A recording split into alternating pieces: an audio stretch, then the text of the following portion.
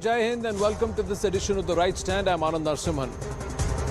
We start with the incidents that there could be yet another dare from the dragon, yet another fresh face-off, and multiple media reports point to not just fortifications but significant build-up on the other side of the line of actual control that is occupied by China.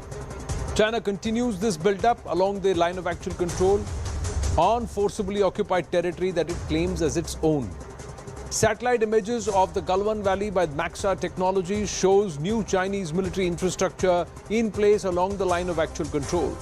The report by the UK-based think tank Chatham House has based its report on the analysis of satellite images by Maxar.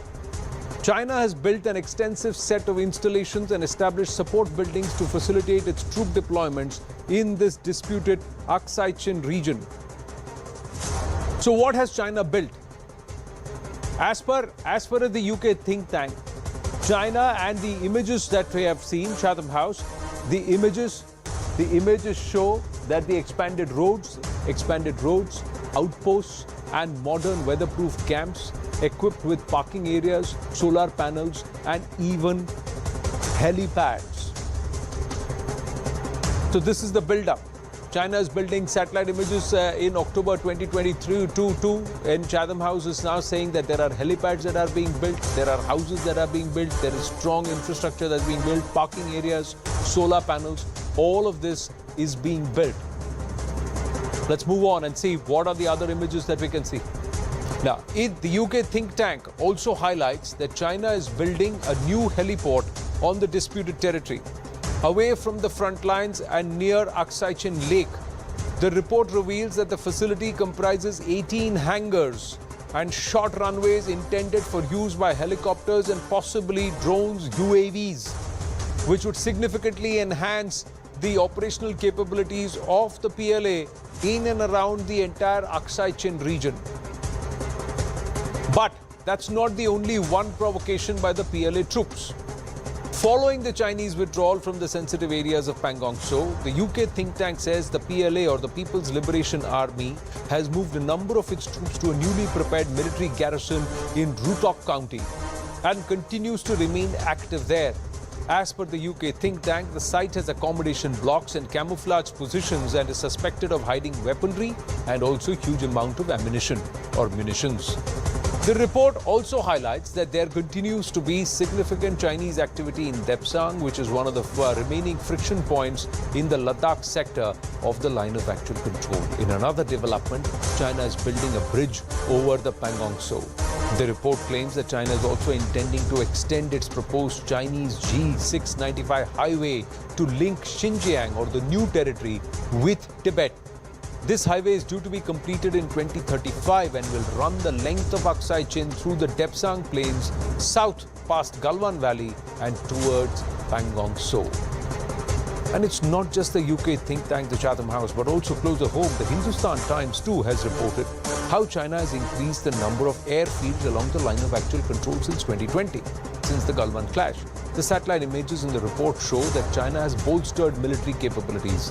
As per the Hindustan Times report and satellite imagery analysis, China has expanded airfields in Bhutan, Nangari Gunsa and Lhasa.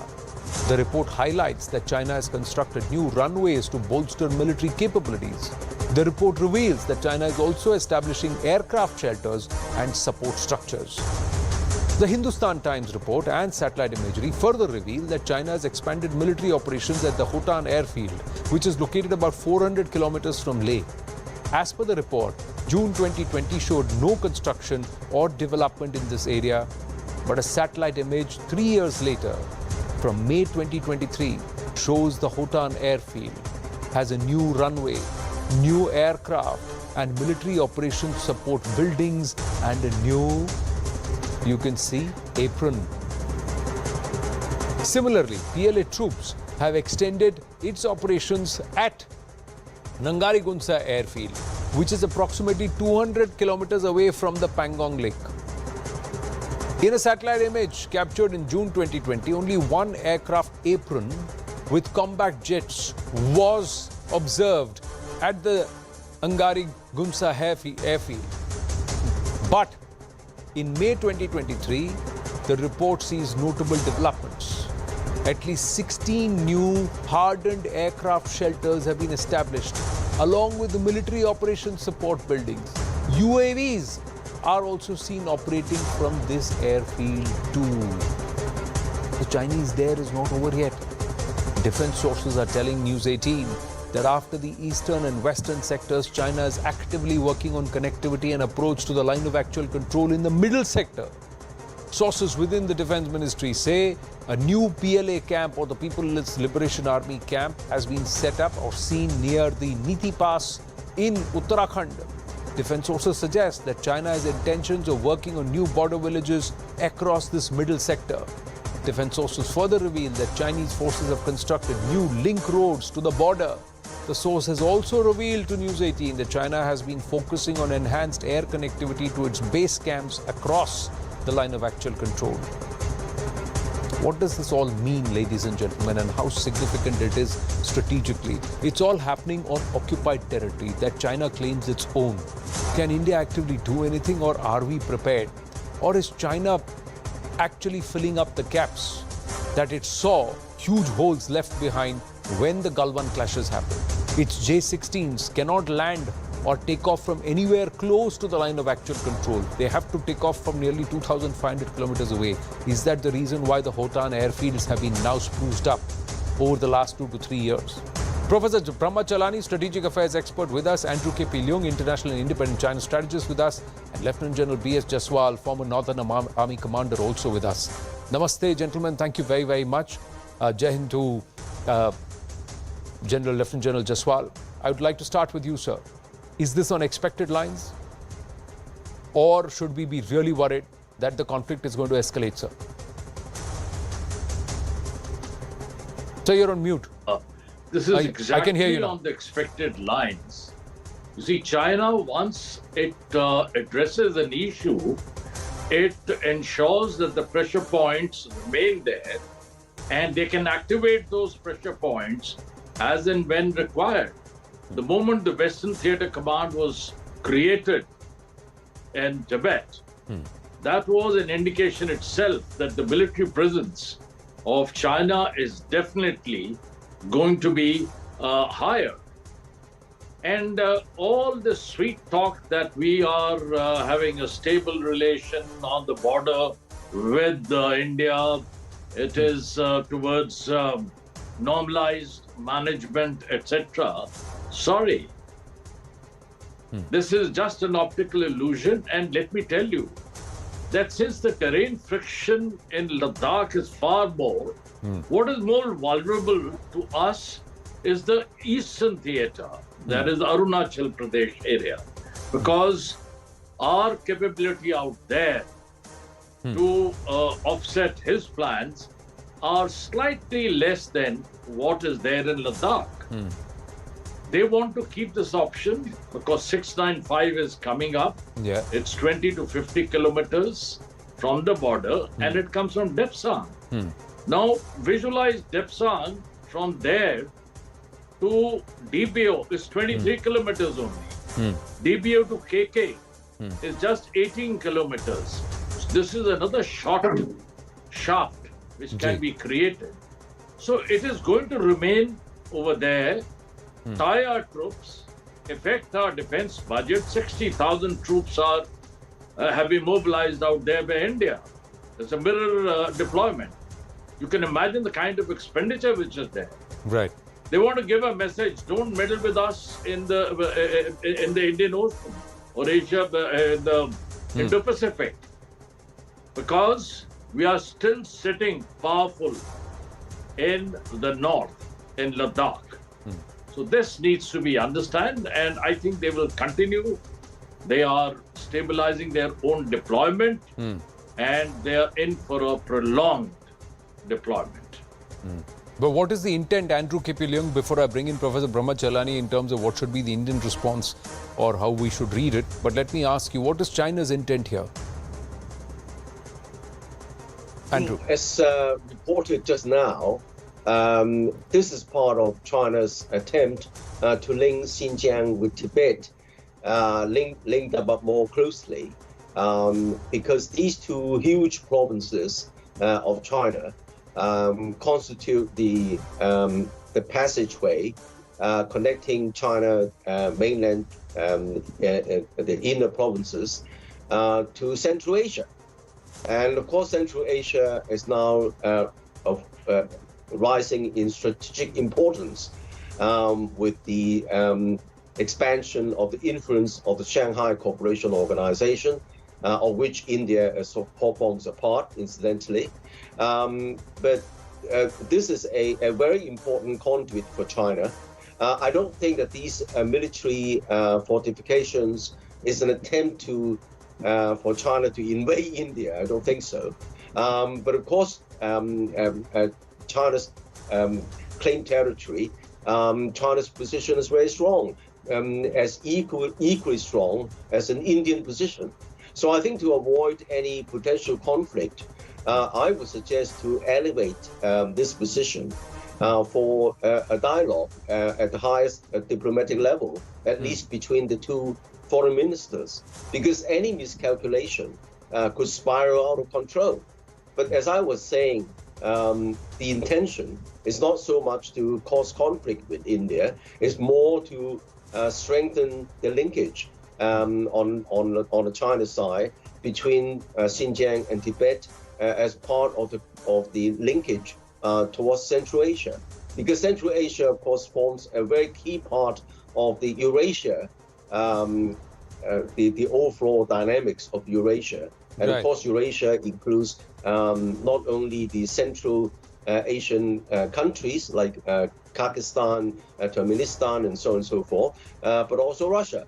So I think it's a much bigger picture there. But of course, that the risks are at the border with India. And as I said, these robust fortifications could easily cause conflicts on the Indian side. And I think it is a proper matter to be elevated for discussion in the ministry, in the foreign ministry, at least the foreign minister level. But the reality, Andrew, is you and me know very well that any of this discussion is not going to happen till the return to status quo happens. And China is a master at trying to sit where they have already occupied and then say, let's talk further and let's continue to occupy that place. And over a passage of time, that becomes the status quo. So this is something which finally the Indian polity has now wisened up to. But Professor Brahmachalani, this doesn't augur well for India, because China will always come bearing down us. And they are actually amassing huge amounts, huge swaths of occupied territory. You're absolutely right, Anand. This frenzied construction that we are witnessing along the Indo-Tibetan frontier is extraordinary. We can exclude at least one aspect. It's not to link Tibet with Xinjiang. That certainly is not the reason why China is engaged in frenzied construction of new military facilities, including security posts and dual-use villages. And this frenzied construction of new military facilities is happening right across the entire Indo-Tibetan border, from Ladakh all the way to the Arunachal Pradesh sector. China has also increased the frequency and intensity of its patrolling. Gee.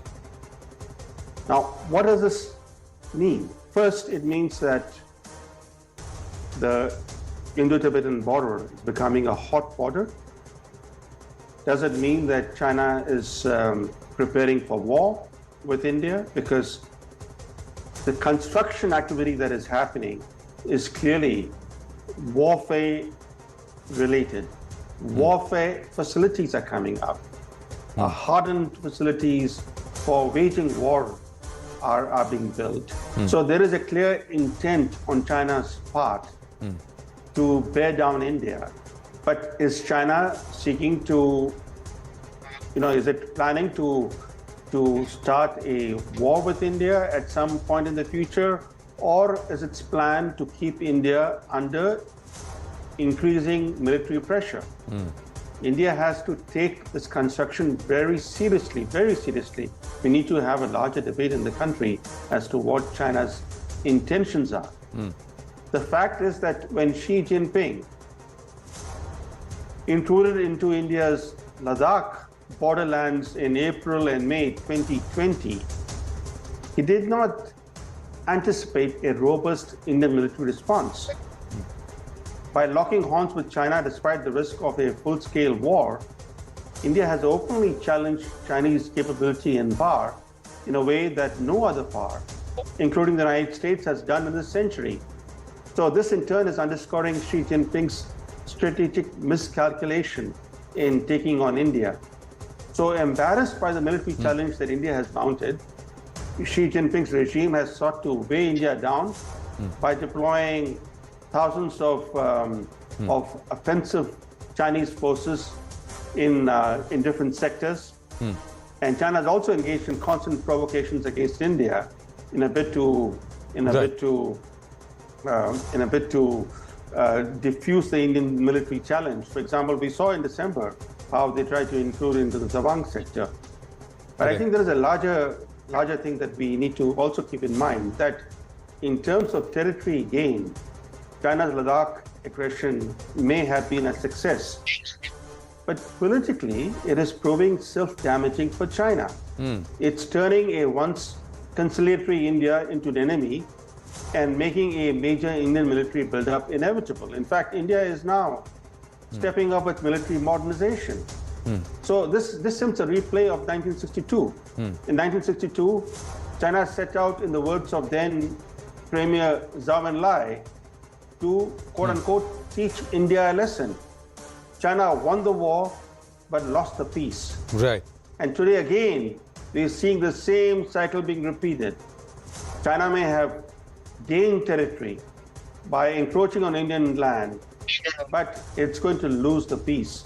It's turning its largest neighbor into a does that permanent matter enemy. But does that matter, Professor Brahmacharlani, to China? Because even if its hostilities drawn or cudgels drawn with India, our policy is never to cross the line of actual control. Our policy is never to cross that Lakshman Rekha, but to just defend our territory. So you keep us in an offensive position, keep our military charged, continue to burn our resources, a growing economy. It's a huge cost that we are incurring, Professor General Jaswal.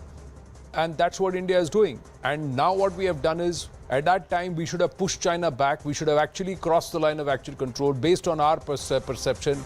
Gone ahead and acquired certain territories which China has been claiming as its own, pushed it when it was weak. But now China has realized which are its weak areas, which are the weak links. It's gone ahead and fortified those very weak links. A Hotan airfield means a J-16 can now land within 400 kilometers of Leh and Srinagar.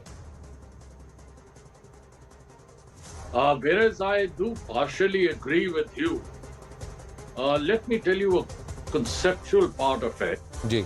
That if India had, it's not in the interest of India to go to war with China firstly. The losses because of the terrain, we've got a mirror deployment fine, 60,000 troops.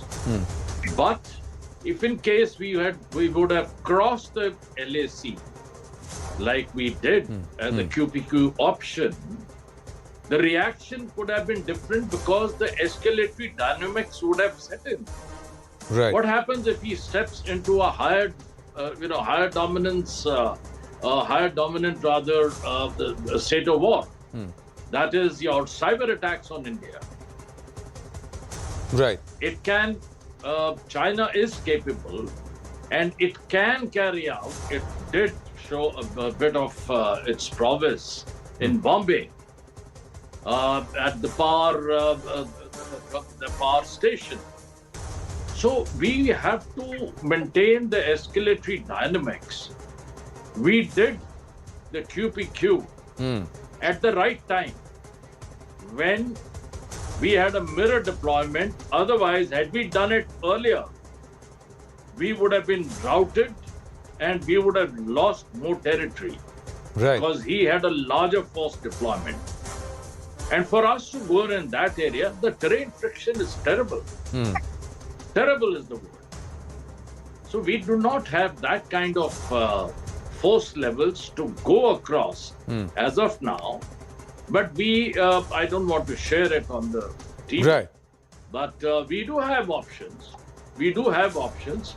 But Right. at that time, those options were not relevant, and the master stroke was delivered at the right time when we went into Rechindla and Razangla, Right. at the right time when the strategic balance had been maintained. So these are certain problems, easier said Ji. than done. You can't just walk into their territory. They've also got big deployment now. Ji. They can also walk into certain areas of ours. Correct. So it'll be, I take this, you take that. So you're saying kind that of we are currently in a ping-pong position where you do whatever you want on that side, but if you walk this way, we will enter certain other parts and we will walk the other way because we have also our positions of strength which we leverage. Gentlemen, I have to pause this conversation for the moment. We have a reaction coming in from Barry O'Farrell, the Australian High Commissioner to India. He spoke with Siddhant Mishra, just playing one short excerpt of that conversation. You can find it on News18.com, the full conversation. But here, it's just the part where he mentions India equations with China and where Australia stands. The fact is that when India had its border incursion from China in 2020, I had my first visit with Dr. Jaishankar. We delivered our support for India. We don't support any change in the status quo because we understand when you change boundaries, when you try and unilaterally change boundaries, it increases risks and it increases the likelihood of poor outcomes. And so we will support India in a variety of ways across our region. I think collectively, one of the strongest defences for any region, for any nation, are strong economics, and that's what both India and Australia are working on. But if India wants to join NATO or something else, that will be a matter for India. And frankly, we understand, as Australia does, that if you have a border incursion or you have a trade dispute, you need to talk to the other party to try and stabilise your relationships. But stabilising relationships with any party does not mean you give up your national interest. So we thank our guests and we get a move on here on the right stand to yet another big story, ladies and gentlemen. Biggest ever drug haul in the past 2 decades.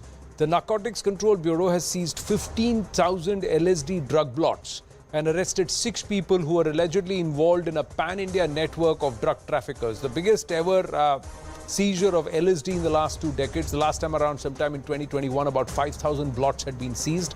Now, this lot was actually using cryptocurrency and operating through the dark web. Here are some more details about the seizure.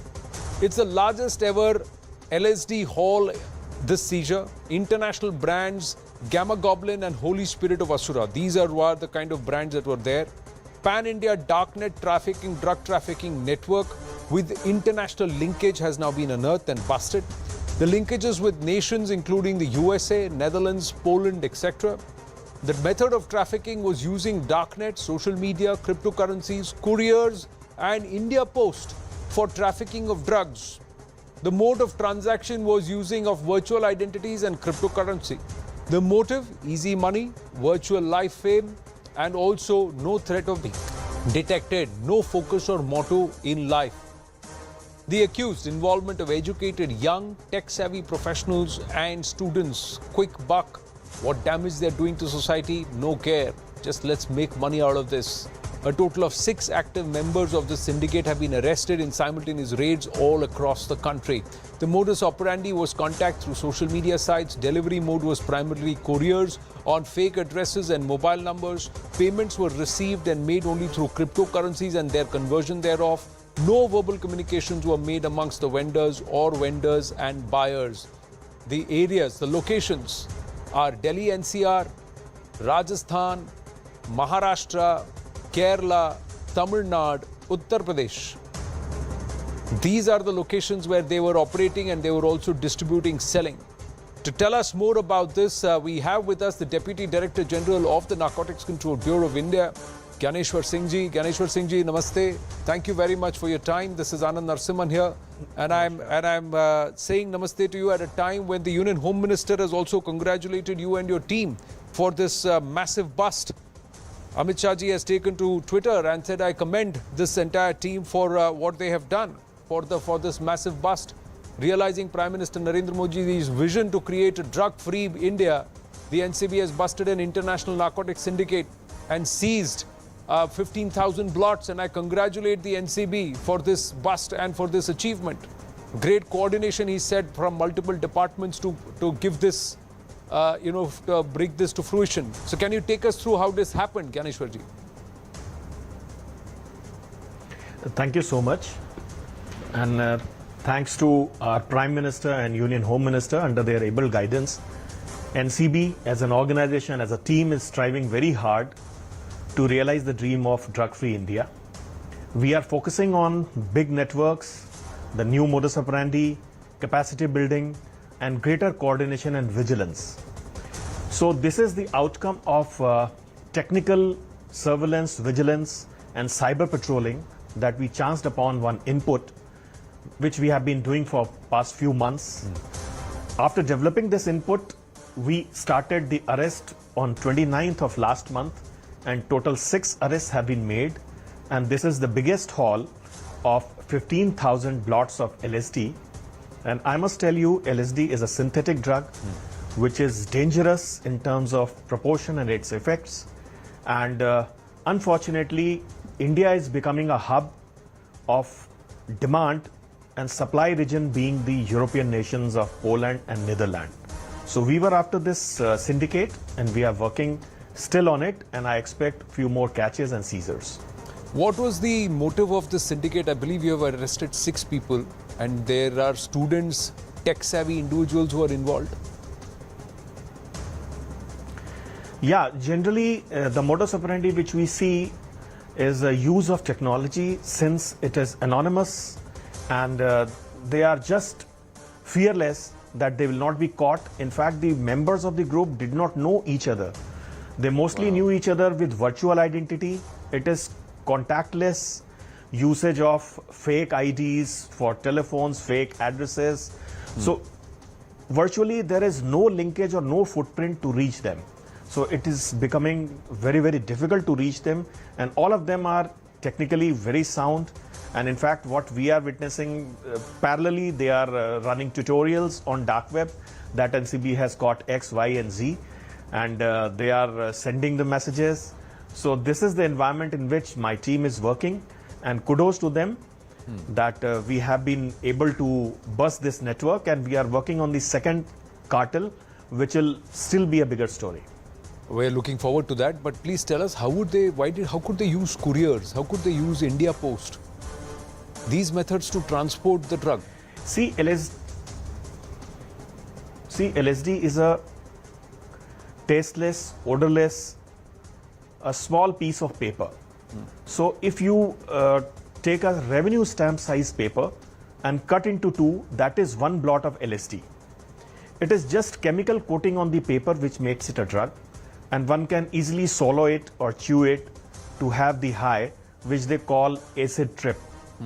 And it has serious implications on health, including heart disease, psychological disorders, etc. But since to carry it, it is very easy to carry. Any piece of paper can be hidden in letter or books. It is very easy to transport through courier. That is why this is catching fancy of the youth. The children are doing this drug without the knowledge of parents, and they can carry it, a very small piece of paper which can be carried anywhere. So they have been misusing the courier networks. It is difficult to scan because it doesn't have any smell or any metal element, so it passes through the scan. So it is just the technical input or human intelligence and vigilance which can lead to success. Otherwise, it is very, very difficult to scan and get through them. What is the total value of the seizure, and how does it sell in the market? At what rate does it sell in the market? Typically, if you Google it, depending on the quality, since it is a very high quality product from Poland, as you mentioned, Poland and Netherlands, these 2 countries are infamous for the supply. Generally, 1 blot is bought around 4,000 to 7,000 rupees. Wow. We refrain from giving a market value as an organization, but it should be more than 10 crores. But more than its value, it is the dangerous part of it, because the legislature has given punishment quantum they have made a distinction between small quantity, intermediate quantity, and commercial quantity. Right. So commercial quantity of this drug is just 0.1 gram. So if one carries 6 blots of LSD, he will be caught and tried for 10 to 20 years of imprisonment. So this is the kind of punishment, 20 years punishment for 6 blots. And we have caught 2,500 times the commercial quantity. Wow. So see the damage to the society it could have done.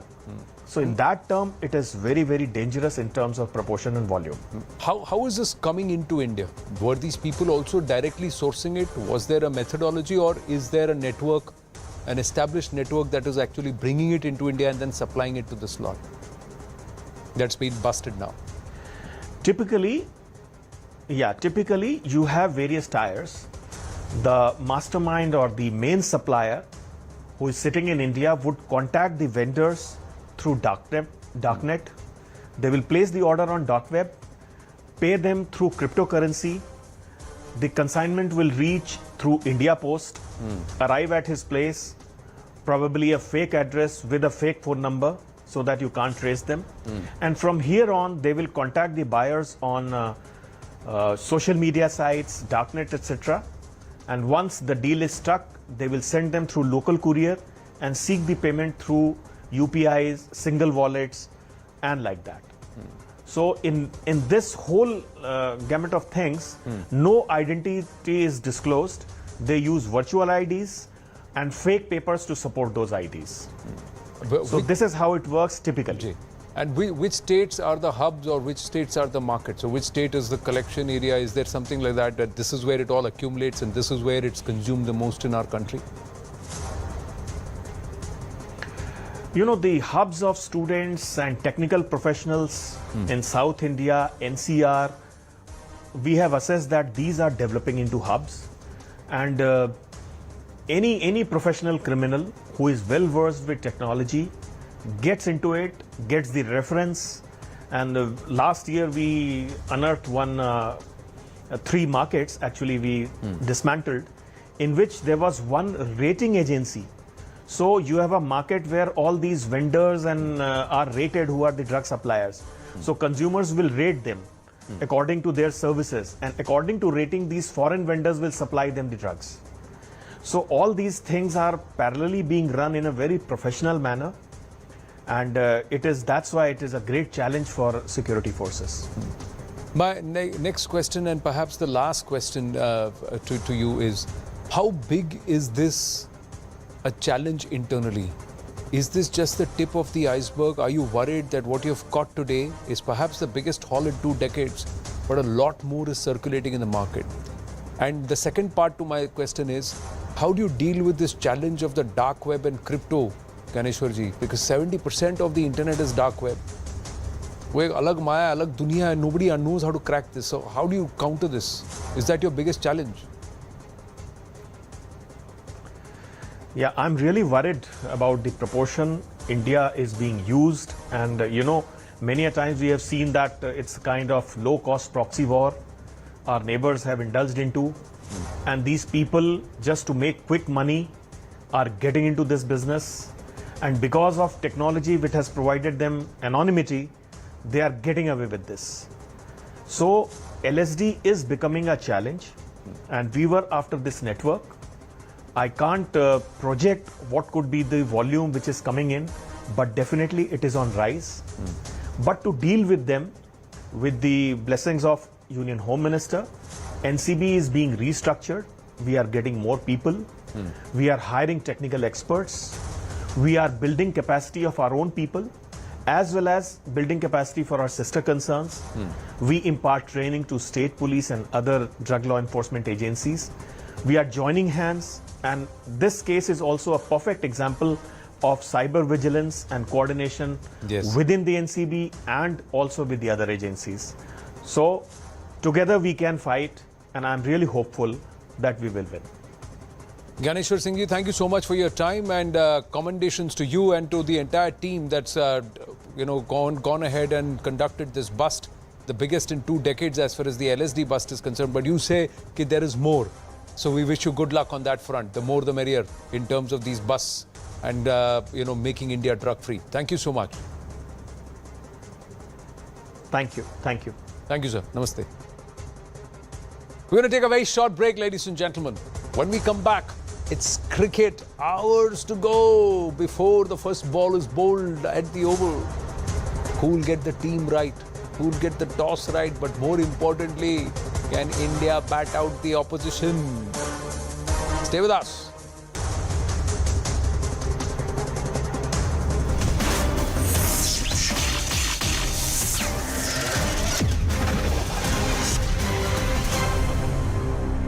Fact that CBI has, started its investigation. But other than CBI, CRS is also inquiring the case. CRS is the top key officers in railways and is generally, responsible for, giving a fitment certificate to the track, giving a fitment certificate for the speed regularization of new rakes, new trains. So he is the top officer who is actually leading an inquiry, an investigation. Now, sources are saying that since, CBI will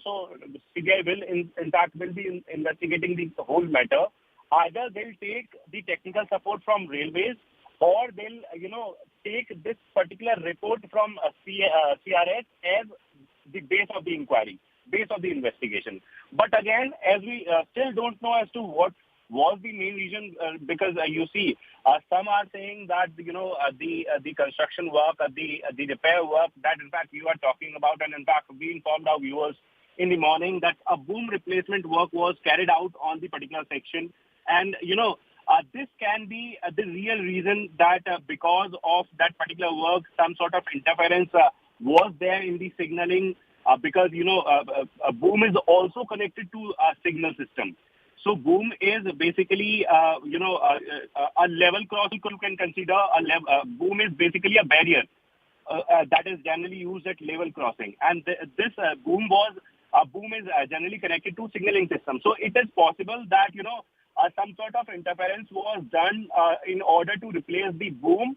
And in that process, something else happened, and the point was set to the another direction. And in fact, the panel was not showing any error. Now the point and the argument is that if it has happened, whether or not it was intentional, and this is the reason why everyone is stressing on CBI investigation now, because CBI will let us know as to if there was some sort of conspiracy behind this, if it was some sort of intention, some sort of specific mindset, or if it was a mistake. Our first story continues to be an update on the heartbreaking incident that took place in Odisha, the 3-train collision that led to the loss of more than 230 lives on Friday night. Now, you might remember that the Railway Board had recommended that the investigation into the incident be handed over to the CBI. Central Bureau of Investigation teams are, as we speaking, arriving at the Odisha crash site. On your screens right now, you can see those visuals. The individual in pink is reportedly a CBI official who has arrived on the site itself to conduct that investigation. Remember, while the cause of the incident itself that played out on Friday has to some degree already been recognized. So sources say that it could have been that a possible last-minute fix is what led to the accident. Essentially, that boom replacement work was carried out on a section, and that's what could have led to that problem in interlocking. So they have identified the technical cause, but the CBI investigation is reportedly to investigate whether or not that intervention was done deliberately with malintention or by mistake. That's why the CBI has gotten involved. Now, you'll remember opposition parties like the West Bengal Chief Minister Mamata Banerjee have criticized the involvement of the CBI. They've said that typically the CBI's involvement does not yield quick solutions. My colleague Kamalika is with us right now to bring us more context. Kamalika, tell us more about what it is that the CBI is on the ground to identify. Tell us, for example, who the perpetrators are. Some sources said that the Railway Board had already identified who the individuals responsible were, but the CBI was investigating the cause. Is that correct, or is there more complexity there? See, CBI will go for a, as I was pointing out, whether there was a malified human intervention or not. That is the question which CBI has to find that answer. That was it a human error or was it the human intervention was there with a malified intention? If it's a malified intention, then that's a criminal act, and then that will be investigated in separate way. So that's why CBI today coming and CBI's investigation becomes very important as well as the criminal part of the case is concerned. If it's a negligence, if it's a human error, then that is looked after by the obviously the railway security, the chairman of railway security team who is there doing the investigation. But whether this was done with some malified intention or not, that is to be seen. That they have to find. Okay. Kamalika, I do want to ask you right now, what is the size of the CBI team that has arrived on the ground? Can you bring our audiences more details about who the individuals are from the CBI? 3-4 obviously officials are there, and higher officials will also be there, and they have taken the initial briefing from that, and they are in the ground and they are trying to get more details about what it is, and then obviously they'll go for further investigation. Okay. All right. Kamalika, if I can actually ask you to stay with us, we're now going to share with our audiences some of the theories around what led to the accident on Friday. Behind me over here, the footage that you're looking at right now are visuals from the accident site on Friday night. But let's take a quick look at the possible different theories involved. Theory 1, of course, and this is the theory that we were talking about right now. This is currently what...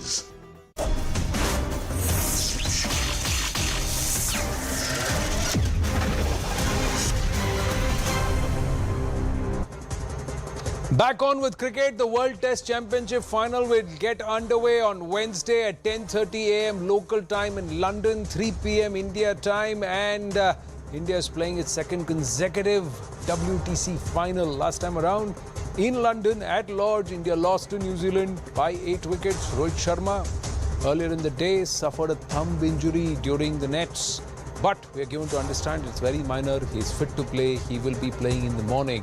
But ahead of this all-important match, what did the two captains have to say? Rohit Sharma and Pat Cummins. In fact, Rohit was right there up in the morning at 9:15 a.m. Perhaps a tad too sleepy. This is what he had to say.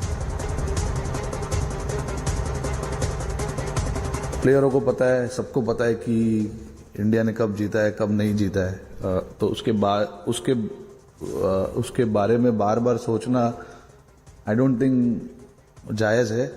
You have to focus on कि अभी क्या situation है, कैसे हम अच्छा कर सकते हैं. तो सारे प्लेयर्स, कोचिंग स्टाफ का पूरा ध्यान इसी चीज़ में है कि हम इस मैच में कैसे अच्छा कर सकते हैं और जीत सकते हैं. Weather's been pretty nice all this week and it looks pretty good this week, so yeah, a bit of a cloudy morning. We've been really happy with our prep. We've been here about 10 days now, had some really good training, so yeah, there's guys that have been playing quite a bit over here and other guys that have come in fresh, but we all feel ready. 0120-434-1895. That's the number you can call us on and tell us what you think. Will our bats do the talking is a simple question that we are asking. Do you have the confidence in our top 4, top 5 putting even 200 on board? That's the question. As promised, jo wada kiya wo nibha rahe hain. Sava Kareem is back with us. Ajay Ratra back with us. But first, let's go across to K. Srinivas Rao. How is Rohit Sharma? उंगली में चोट लगी थी during nets. आपने देखा? यार देखा भी और सुन भी रहा था. जब रोहित को इंजरी हुई तो सनसनी खबर, रोहित शर्मा को हुई इंजरी, सनसनी खबर. फिजियो दौड़ के आए रोहित शर्मा के पास. ऐसा कुछ नहीं था. Rohit is fine. वो चोट लगते रहती है जब आप खेलते हो, और ठीक है वो, and he is going to play tomorrow. He is going to play tomorrow. आंकड़े कहते हैं कि if there is one batsman who's done well at the Oval and one batsman among the top order currently who's done well in England, it's Rohit Sharma. भरोसा रोहित शर्मा पे है.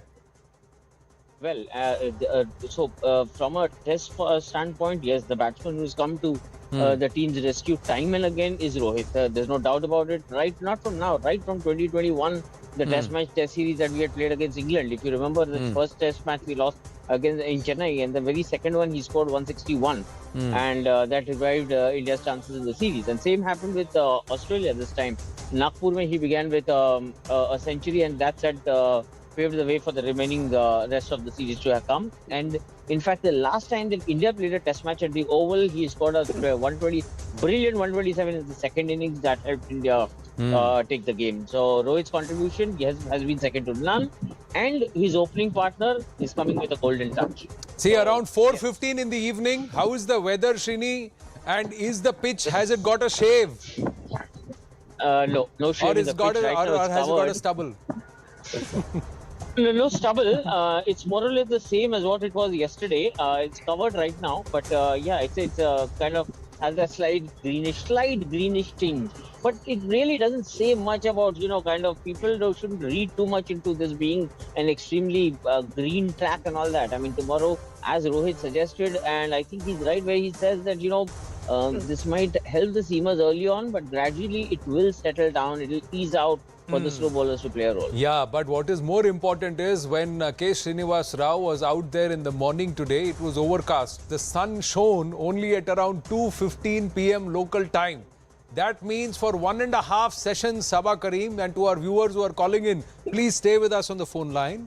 For 1.5 sessions, and the last 2 days, that's what's happened. It's going to be overcast with a nice breeze and chill in the air. Sabah Kareem, toss जीतना चाहेंगे आप, और would you say कि सामने वाले को जीतने दो, वो decide कर ले? I think that is a better option than सामने वाले को जीतने दो. You please decide. I actually want to ask Srinivas Rao, is it a Rohit Sharma stubble or is it a clean shaven look like Pat Cummins? The surface at the Oval. I think that will actually help Rohit Sharma decide what to do, whether he wants to bat first if he wins the toss or whether he wants to field first. But the best part about Rohit Sharma right now is that for the past 2 season or maybe 2 series that he has played in England, as Srinivas Rao rightly pointed out, he's one performer from India who has been able to understand the variable conditions that is prevalent at Oval. And he has talked about having that kind of patience and working very hard on short selections.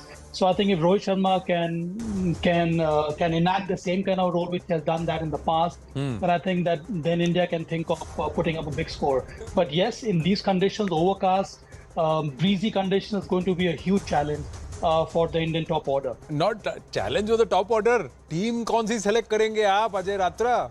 4 pacer 1 spinner खिलाएंगे, 2 pacer 3 pacer 2 spinner खिलाएंगे. What would you do? Yeah, and I would go with 3 pacers and 2 spinners. Yes, ये toss अगर जीतते हैं तो वो जरूर tricky रहता है ऐसी सिचुएशन में कि आप जब देखते हैं कि शुरू में अगर मॉइस्चर है तो फास्ट बॉलर के लिए वो विकेट ज़्यादा हेल्पफुल होती है. ऐसे में बैटिंग लें या आप फील्डिंग करना चाहें, क्योंकि अगर आप फील्डिंग करते हो तो आपको 4th इनिंग खेलनी होगी, आपके स्पिनर्स उतने प्ले में नहीं आएंगे. बट कहीं ना कहीं मुझे लगता है जब टीम मैनेजमेंट के 2 स्पिनर के साथ अगर जाएगी और बहुत ज्यादा मॉइस्चर नहीं है पिच में, तो वो शायद एक बोल्ड डिसीजन हो सकता है, मे बी कैलकुलेटिव रिस्क भी कह सकते हैं उसको.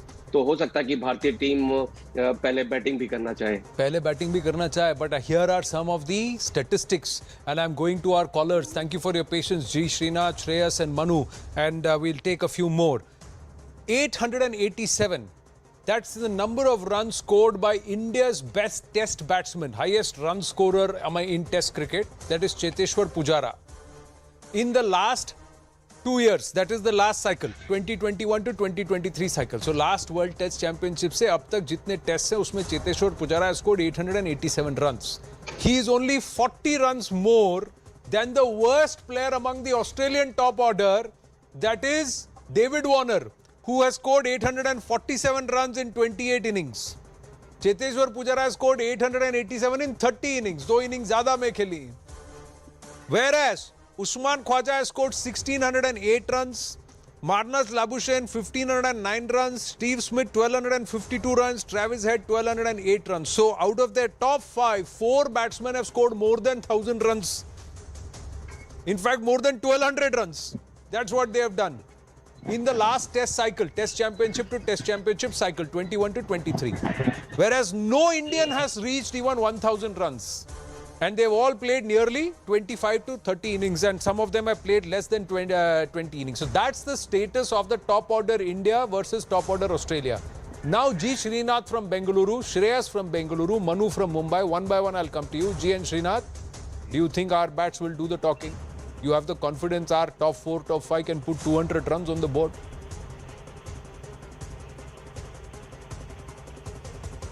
Yes, Srinath. Go ahead, please. Yes. Hello. Yes, yes. Good evening. Go ahead, please. Yeah. Good evening.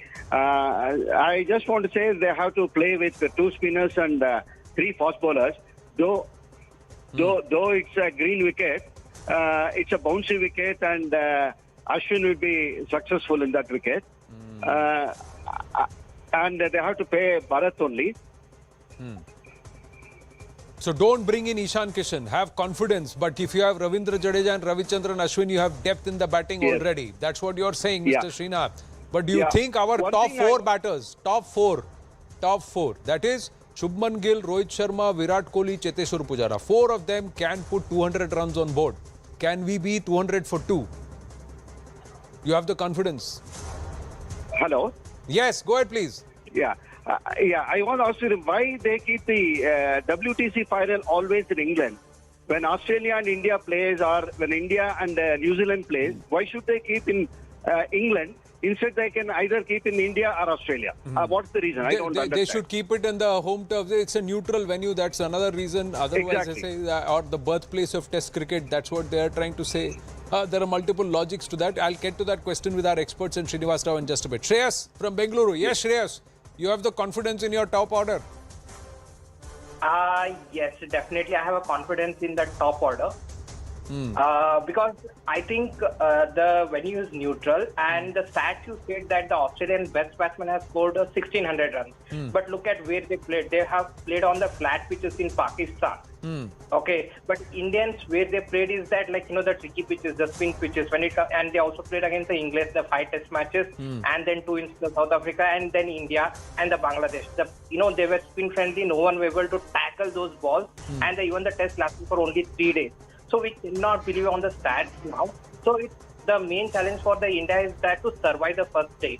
Because when we look at the pitch and the scorecard, the average run per batsman is 28 runs. Yes. And it goes on increasing to 30, 32 day by day. So it will be a little challenging. And in the Oval, there were no test matches in the month of June, actually. Played in the month of September. So wicket is fresh. So Shreyas, you got to keep it short. Let me ask you, if Rohit Sharma wins the toss, should he bat first or should he put Australia into bat? No, they should bat first. India should bat, despite the fact that day 1 average per batsman is 28 runs at the Oval.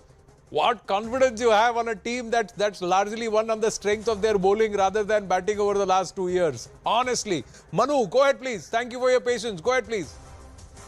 Yeah, good evening. My question to Sabha Karim sir. Can I speak in Hindi? Yes, please. Sir, my question is that. हाँ, हिंदी में बोलिए ना. कोई भी आप बोलिए आराम से. सर, अगर आपके हाथ में हम रोहित शर्मा को बैठा दे और ईशान किशन से ओपनिंग कराए विद सुमन गिल, तो left hander and right hander combination भी रहेगा with 3 bowlers. I want that Sadhu Thakur will play because we know that. आप कह रहे हैं कि रोहित शर्मा को मत खिलाइए, वो तो टीम के कप्तान है, उनको कैसे नहीं खिलाएंगे? अच्छा, या उनको कह रहे हैं कि लोअर डाउन दी ऑर्डर कराइए, ईशान किशन से ओपन कराइए. My opinion because there is a left hand and right hand combination, then after Cheteshwar Pujara, then Kohli, Rahane, and we can play with the 3 spinner also, Ashwin, Jadeja and that Akshar Patel. तो आप कह रहे हैं रोहित शर्मा की तो जरूरत ही नहीं है. मनु, बहुत रेडिकल थॉट है आपका. वो टीम के कप्तान है, डगआउट में बैठ के तो कप्तानी नहीं करेंगे 5 दिन. But thought process interesting. We'll get there. We'll get an opinion. Narayan from Coimbatore, Yashwant from Goa, and Dilip from Mysuru, and then back to our guests, getting all these thoughts from our viewers and then get to them. Yes, Narayan. To one and all. Well, I think in England, one inspirational performance is always the trick. For example, I will quote you 2 examples. When Gavaskar scored a double century in Oval in 1979, the day before the final day, when Chauhan and Gavaskar ended the day at no loss, that was the most crucial period. That inspiring batting at the close of when the 3rd session was on, that was the inspiration. Then when Australia in 1981 completely overran England, it took 1 session from bottom inspirational bowling, hitting and bowling. to turn the tables around, and at the end of the series, Australia was made to look like a novice. If tennis analogy can be made here, because French Open is going on, Australia looks like a Bjorn Borg with methodical efficiency, and India needs an inspirational performance like John McEnroe. So you need something maverick by India, is what you are saying, Narayan. They should perhaps watch that 1979 full day when the Indians batted and how they batted at that time. And perhaps the bowlers should have a look at how Botham and what Botham did among the all-rounders. Dilip from Mysuru and Tarun from Mumbai. Yes, Dilip.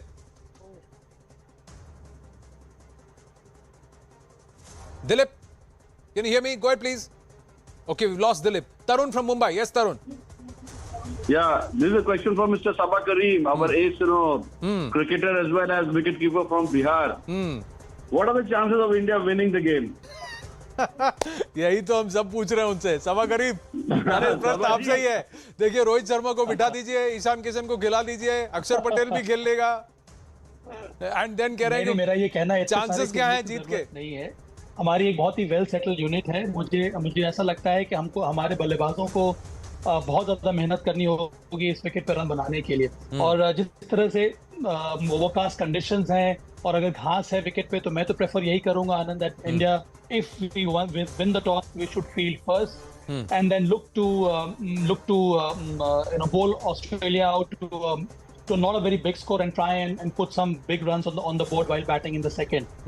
But I do believe that a lot depends on Cheteshwar Pujara and Virat Kohli. Pujara is one such player who plays time in a terrific manner. We have seen him do that multiple times, even in Australia some years ago when he won that crucial test series. And at number 4, you have someone like Virat Kohli, who's such an aggressive player. So I think both these players, they can really combine well to post a big score for India.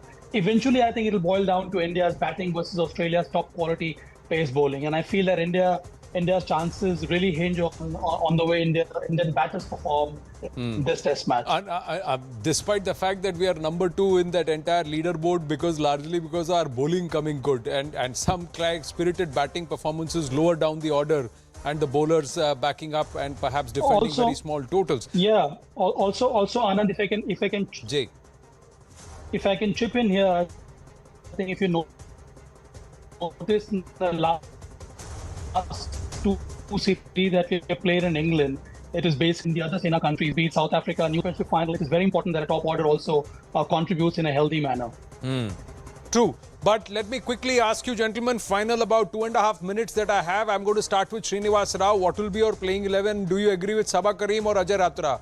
Rohit Sharma toss jeet gaya, to what should he do? Put Australia into bat or bat first? Given the overcast conditions. See, I mean, when you're heading into a test match as important as this, I would always say win toss, bat first. But again, with what kind of mentality are you going in there? What kind of confidence do you have with your batsmen? You are the one watching them in the nets. How are they middling the ball? Are you really confident about Shubman Gill bringing that kind of a mindset? So if you're confident on that thing, then I think we should win toss and bat first. If you're not, and if your mind tells you that no, I'm not so sure how I'm going to face Cummins and Stark in this kind of weather, then probably that the thought process must change. But as I said, win toss, bat first. That's the philosophy I always go. And playing 11, would you? Playing 11, yeah, playing 11 again. I mean, what's the news? Ashwin खेलेगा? हाँ, तो news तो अब यही है. Tomorrow morning, Rahul Dravid and Rohit Sharma take a call. If you would ask me what I feel a suitable combination should be, it should be 2 spinners, Ravindra Jadeja and Ashwin, 3 pacers. If fit, Umesh Yadav should play because he gives space and bounce on this track. Mohammad Shami and Siraj are not negotiable. I mean, they are. So you would choose Umesh Yadav over Shardul Thakur and KS Bharat over Ishan Kishan. But you would still have Jadeja and Ashwin in the mix, so that gives depth in the batting till at least number 7. Yes. Ajay Ratra quickly, and then we'll end with Sabah Karim. Ji. Yeah, regarding playing 11, it looks like 3 pacers, 2 spinner, अच्छा combination है, and going with 5 main bowler, which means you are going in attacking mode. और जो आपके पास spinners है like Ashwin and Jadeja, वो decent batting भी कर लेते हैं, which means कि आपका batting भी उतना compromise नहीं होता. And like Srinivasan said, overcast जरूर है अभी, तो देखना होगा कल सुबह कैसा होता है, बट ये टेस्ट मैच 5 दिन का है, वो ओवरकास्ट 1 घंटा रहता है, 2 घंटा रहता है, बेस्ड ऑन दैट आप क्या डिसीजन लेते हैं वो काफी मायने रखता है, क्योंकि वो मैच टेस्ट मैच 5 दिन के लिए, कई बार आप ओवरकास्ट में लिया और सडनली धूप आ गई तो बड़ा ट्रिकी सिचुएशन होता है मुझे लगता है टीम मैनेजमेंट को, तो वो कॉल लेना इंपॉर्टेंट है कि आप कितना रिस्क ले सकते हैं। कई बार आप कैलकुलेटिव रिस्क लेते हैं तो आपको रिवॉर्ड्स भी वैसे मिलते हैं। 4 सेशन अच्छा खेल के 1 सेशन में घुस गए तो मैच ही खत्म हो गया। अगर 1.5 सेशन नहीं टिक पाए तो फिर कौन सा 5 दिन का खेलिएगा अजय जी, ये भी तो प्रश्न बनता है। There is that problem also, Sabah Karim. But are you still inclined? Do you believe this team has the confidence to back itself, to go ahead and bat first, irrespective of what the conditions are? Well, I think, Anand, the way to go forward is not to carry any baggage. The moment you have this baggage that you're not done well abroad as a batting unit, then you're in for trouble. So I think India can get in with a fresh mindset, be extremely positive, and work hard. And getting back to the playing 11, I think the easiest giveaway would be if India chooses 2 spinners and 3 pace bowlers, which means that India will bat first if they win the toss, and it'll be the other way around if they include Shardul Thakur as the 4th seamer and play with only lone spinner. Then obviously point taken. I've run out of time, but we will count down to the match and on Cricket Next and here on News 18. Thank you very much to all our guests. Thanks Srinivas Rao, and over to Zaka, who's ready with Brass Tag.